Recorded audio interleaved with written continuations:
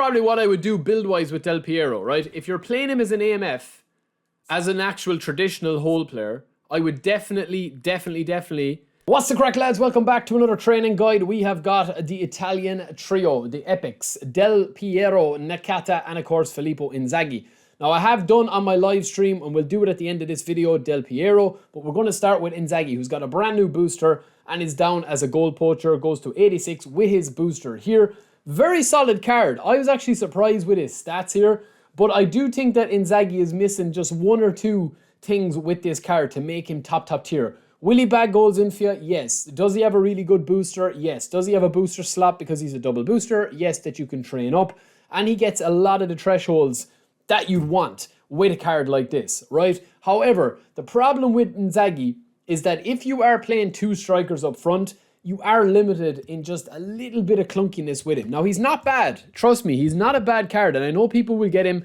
And all the cards that they're releasing at the moment, even his skills aren't too bad. This is the build that we've gone for you. So you can see here with the physicality +1 booster. Now also, this DB hasn't been updated yet with the new off-the-ball booster. But that's going to add very, little to this build that we're doing here. I think, it obviously depends on what manager that you're using. But this is the build, I think, of hitting the certain thresholds. You definitely want 90 finishing and 80 header. You want 80 jump, 80 physical contact, 85 balance. The only thing you're missing out on here is 80 tight possession. Depending on how you play, you could take one or two off finishing if you wanted to go that route with him. Nakata. This is Nakata here. Again, the problem with these cards, lads, is a player like Nakata is going to go under the radar. And he is insane. If you see what his thresholds are and what he actually trains up to, and what type of cards you can have as a whole player that has a little bit of aggression, has a little bit of defensive engagement, has a good engine on him with the stamina.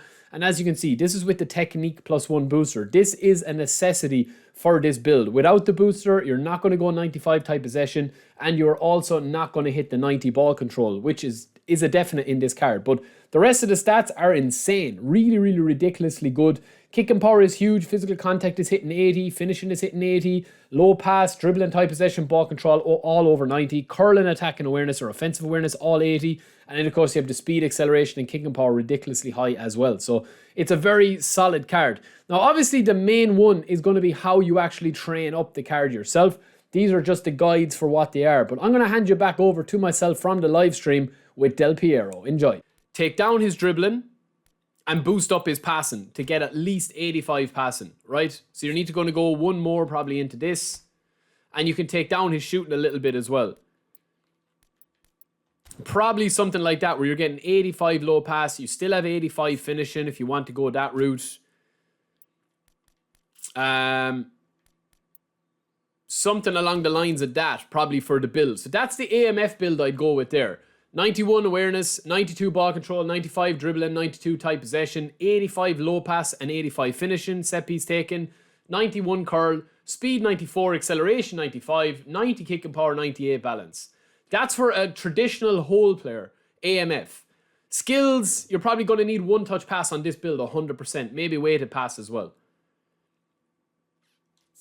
Position wise, if you were to train him up, you can play him as an AMF, left wing, right wing. I wouldn't really train him anywhere but as an SS or an AMF. I wouldn't play him anywhere but an AMF or an SS.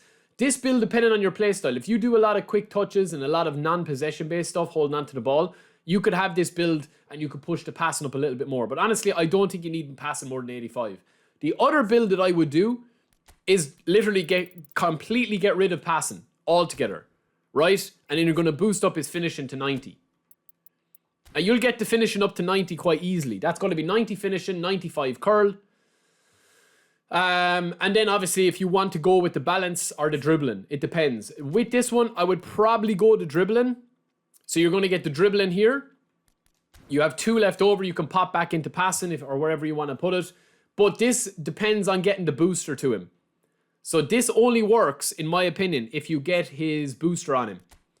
And you're not going to get the passing to 80 on this build, even with the technique booster. But you don't really need passing if you're playing him as an SS or a CF where you're running gunning.